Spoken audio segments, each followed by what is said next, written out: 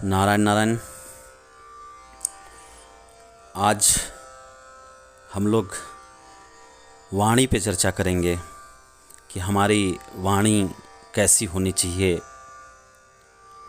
कि दूसरे के मन को तकलीफ़ ना पहुँचे। हमने अपने वाणी को कैसे बोलें जिससे हमारे परिवार का, हमारे समाज का, हमारे देश का किसी प्रकार से नुकसान न हो। तो मनुष्य एक ऐसा प्राणी है जो विशिष्ट शक्तियों से संपन्न है। धरती पे विचरण करने वाले और अन्य प्राणियों में और मनुष्य में बड़ा मौलिक अंतर है। अन्य प्राणियों के पास केवल जीवन होता है, पर मनुष्य एक ऐसा प्राणी है जिसके पास जीवन के साथ साथ जीवन मूल्य भी होता है। अन्य प्राणियों के पास शक्ति होता है, मनुष्य एक ऐसा प्राणी है जिसके पास शक्ति होने के साथ साथ समझ भी होता है। और अपने इसी समझ के बल पे मनुष्य प्रकृति की सर्वश्रेष्ठ कृति होने का श्रेय प्राप्त किया है। अन्य प्राणियों के पास केवल वाणी की क्षमता है, लेकिन हम मनुष्य कितने भाग्यशाली हैं कि वाणी होने के साथ साथ हमारे पास उसकी अभिव्यक्ति की सशक्त भाषा भी है। कभी आपने सोचा कि आपकी वाक शक्ति कितनी मूल्यवान है? हम बोलते हैं, जब चाहें, जितना चाहें, जहां चाहें, जैसे चाहें बोलते हैं, पर कैसे बोलना चाहिए ये हमको पता नहीं। वाणी कैसी हो ये हमको पता नहीं। कभी यह मन में नहीं आता है कि मेरी वाणी मेरी एक अनूठी शक्ति है और हम इसका सदुपयोग कैसे करें, इसको हम कैसे बोलें। कहा गया है कि वाणी ऐसी बोलिए मन का आपा खोए और औरन को शीतल करे आपहु शीतल होए। यानी वाणी ऐसी बोलनी चाहिए जो मधुर हो, जो दूसरे को शीतलता प्रदान करे। लेकिन आजकल क्या है? आजकल नया ये दोहा बन गया है कि वाणी ऐसी बोलिए कि जम के झगड़ा होए, पर उससे कभी मत बोलिए जो तुमसे तगड़ा होए।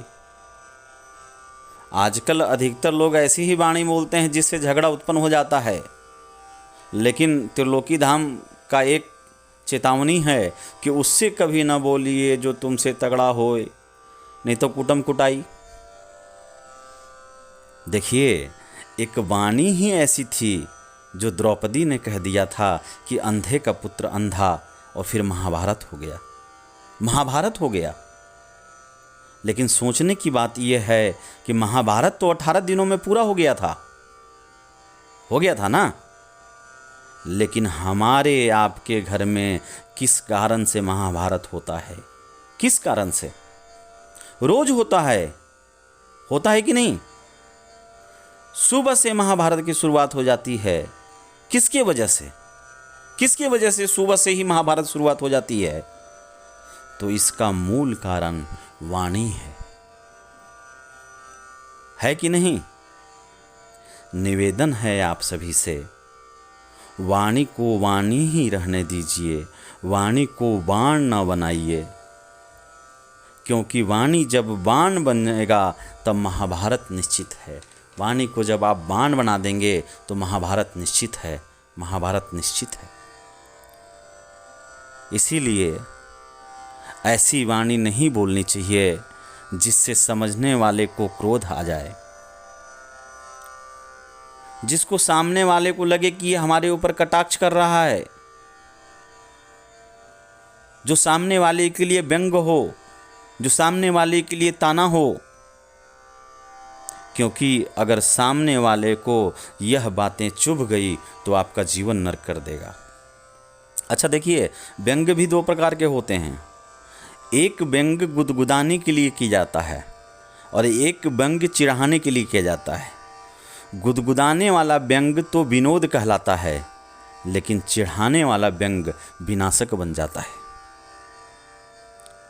और देखिए, कटाक्ष, ताना, व्यंग ये सभी दुर्वचन कहलाते हैं। और एक छोटा सा दुर्वचन आपके किए हुए सारे उपकारों पे पानी फेर देता है। एक बार मैं प्रवचन कर रहा था तो एक 8-10 व्यक्ति आए हमारे पास, तो बोलने लगे, महाराज जी इस व्यक्ति को ज़रा देखिए, इनको ज़रा समझाइए। मैं बोला क्या बात है? लोगों ने कहा कि ये किसी को भी कुछ बोल देते हैं, इनकी वाणी बहुत कटु है। मैं बोला अच्छा। तो इतने में व्यक्ति बोल पड़ा कि क्या करूं, मेरा कंट्रोल ही नहीं होता है। अपनी पत्नी की बात मुझे कोई सुहाती ही नहीं है। मैंने पूछा क्या करते हो भाई? उस व्यक्ति ने कहा कि चूड़ियों की दुकान है। बाद में पता चला कि बहुत बड़ी चूड़ी की उसकी दुकान थी। अच्छा, तो तुम्हारे पास कौन से ग्राहक आते हैं? तो ग्राहक तो सब लेडीज़ ही आते हैं महाराज जी। अच्छा, तो जितनी भी लेडीज़ ग्राहक तुम्हारे पास आती हैं सब तुमसे मीठा ही बोलती होंगी? नहीं महाराज जी, ग्राहक तो इतना माथा चाटते हैं कि क्या कहें। तरह तरह की दुकान में चीज़ें हैं, कई बार तो उनको दिखाते दिखाते मैं थक जाता हूँ। बहुत माथा पच्ची है, मुझे तो लगता है कहाँ से इस बिज़नेस में पड़ गया, लेकिन करना पड़ता है। अच्छा, तो जब तुम माथा पच्ची वो लोग करती होंगी, जब तुम परेशान हो जाते होगे तो उनको कटु वचन भी बोलते होगे, गालियाँ भी देते होगे। महाराज उनको कैसे गाली देंगे, उनको कैसे कटु वचन बोलेंगे? वो तो हमारे ग्राहक हैं। क्यों ऐसा? तो महाराज इतना तो कंट्रोल करना ही पड़ेगा, नहीं तो खाएंगे क्या? अरे तो अभी थोड़ी देर पहले तुमने कहा था कि हमारा तो कंट्रोल ही नहीं होता है, मैं अपने आप को कंट्रोल नहीं कर सकता, तो दुकान में कैसे कंट्रोल हो सकता है? और यदि अगर दुकान में कंट्रोल हो सकता है तो यकीन मानो घर परिवार में भी कंट्रोल हो सकता है, घर परिवार में भी कंट्रोल किया जा सकता है।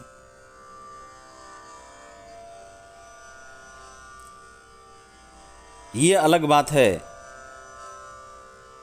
कि कंट्रोल करना नहीं चाहते हो।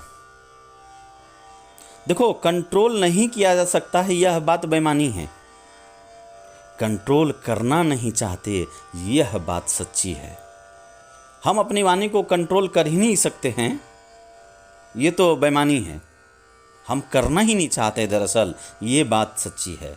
बदलना होगा, वाणी को संयमित करना होगा, और तब हमारे जीवन का, परिवार का, समाज का, देश का उद्धार होगा। ऐसी वाणी किसी को नहीं बोलिए जो चुभ जाए। अच्छा देखो, जो व्यक्ति महान होते हैं वो सदैव मधुर वाणी बोलते हैं, और ऐसा भी कह सकते हो कि वो मधुर बोलते हैं इसलिए समाज उन्हें महान कहता है। अच्छा, कई लोग कहते हैं कि हमारी तो आदत है, हम सीधे सीधे बोलते हैं, हमको तो घुमा फिरा कर बोलना आता नहीं। और कई लोग कहते हैं कि हम तो सत्य ही बोलते हैं, चाहे किसी को भला लगे या बुरा, हम तो सदैव सत्य ही बोलते हैं। तो सत्यम ब्रूयात प्रियम ब्रूयात, न ब्रूयात सत्यम अप्रियम, अर्थात वैसा सत्य भी नहीं बोलना चाहिए जो दूसरे को अप्रिय लगे। मैं आपको कहानी एक सुनाता हूँ। एक बड़े शहर के दो मित्र थे, एक राजा था और एक वहाँ का बहुत बड़ा व्यापारी सेठ। राजा जी ने बहुत बड़ा मकान बनवाया, बहुत बड़ा मकान बनवाया, बहुत बड़ा मकान बनवाया, और अपने मित्र सेठ को बुलाया कि आओ देखो मकान बनाए हैं, इसका कुछ दिनों बाद वास्तु शांति है, गृह प्रवेश है, तो आके तुम हमारे परम मित्र हो, ज़रा देख लो कहीं कोई कमी रहे तो। अब उसका मित्र देखने आया, जब मकान देखा तो हंसने लगा। राजा बोला, हंस क्यों रहे हो?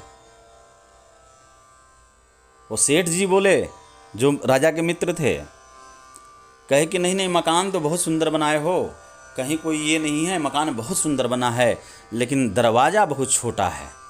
तो कहे दरवाज़ा छोटा है तो उससे क्या लेना देना है? नहीं, मैं सोच रहा हूँ कि तुम मरोगे तो तुम्हारा अर्थ ही कैसे निकलेगा। अब तो राजा माथे पे हाथ रख लिया, बताओ इसको मैं मकान देखने के लिए बुलाया, अभी गृह प्रवेश भी नहीं हुआ है मेरा, ये तो मुझे मारने पे तुल गया। राजा ने ताली बजाई, सैनिक आए, सैनिकों को कहा कि इसको गिरफ्तार करो। थोड़ी देर बाद उस सेठ की पत्नी घूमते घूमते आई कि महाराज महाराज, हमारे पतिदेव इधर आए थे क्या? हाँ, तुम्हारे पतिदेव आए थे, हमने मकान बनाया, उनको मकान दिखाया तो वो कहते हैं कि दरवाज़ा छोटा है, तुम मरोगे, तुम्हारी अर्थी कैसे निकलेगी? अब वो औरत बोली कि हमारे पतिदेव को तो अक्ल ही नहीं है महाराज, इनको क्या लेने देना कि राजा मरेगा तो कैसे अर्थी निकलेगी कि नहीं निकलेगी, इनको तो अक्ल ही नहीं है। राजा भरे अंदर ही मर के पड़ा रहे। अब राजा तो माथे पे हाथ रख लिया, बताओ ये तो और खतरनाक है। औरत बोली कि भले राजा को काट काट के निकाले, उनको क्या लेन देना है, और लाश को काट काट के निकाले। राजा हैरान हो गया, बताओ वो पति नहीं, उसकी पत्नी भी वैसी ही है, दोनों की वाणी अप्रिय है। थोड़ी देर बाद बेटा घूम घूम के आया, महाराज हमारे माता पिता को देखा क्या? हाँ, तुम्हारे पिता आए थे, हमने मकान बनाया है, तो बोले कि गेट छोटा है, इसमें से अगर तुम मरोगे तुम्हारी अर्थी कैसे निकलेगी। फिर तुम्हारी माता आई तो वो कहती है कि उनको अक्ल नहीं, उनको क्या लेना देना है, और भले राजा को काट काट के निकाला जाए। अब बेटा बोला हमारे माता पिता को तो अक्ल ही नहीं है महाराज, क्षमा कर दीजिएगा, इनको क्या लेना देना है कि अर्थी कैसे निकलेगी या अर्थी को काट काट के निकालेंगे। भले राजा मरे तो अंदर ही सड़ता रहे, इनको क्या लेना देना है। और राजा तो माथा पे हाथ रख लिया, बताओ ये तो पूरा परिवार ऐसा का ऐसा ही है। तो कभी भी ऐसा वचन नहीं बोलना चाहिए जिससे सामने वाले को अप्रिय लगे, सामने वाले को बात चुभ जाए। ऐसे वचन का कभी उपयोग जीवन में नहीं करना चाहिए, नहीं तो जीवन नरक हो जाता है। बताइए, तीनों को सज़ा हो गई कि नहीं हो गई? तीनों जेल चले गए कि नहीं चले गए? इनका जीवन तो नरक ही हो गया ना। इसीलिए हमारी वाणी में मधुरता का जितना अंश होगा, हम उतने ही दूसरे के प्रिय बन सकते हैं। साथ में अगर हमारी वाणी में मधुरता के साथ साथ शिष्टता भी मिल जाए तो हमारा जीवन संवर जाता है, हमारा जीवन संवर जाता है। इसीलिए त्रिलोकी धाम आप सभी से निवेदन करता है कि अपने वाणी में संयम लाइए, जिससे हमारा परिवार, समाज, देश में सदैव सुख शांति कायम रहे, सदैव सुख शांति कायम रहे। आप सभी भक्तों की सदा जय हो। बाबा त्रिलोकीनाथ की कृपा आप सभी भक्तों पे सदैव बनी रहे। हर हर महादेव, शंभु नारायण नारायण।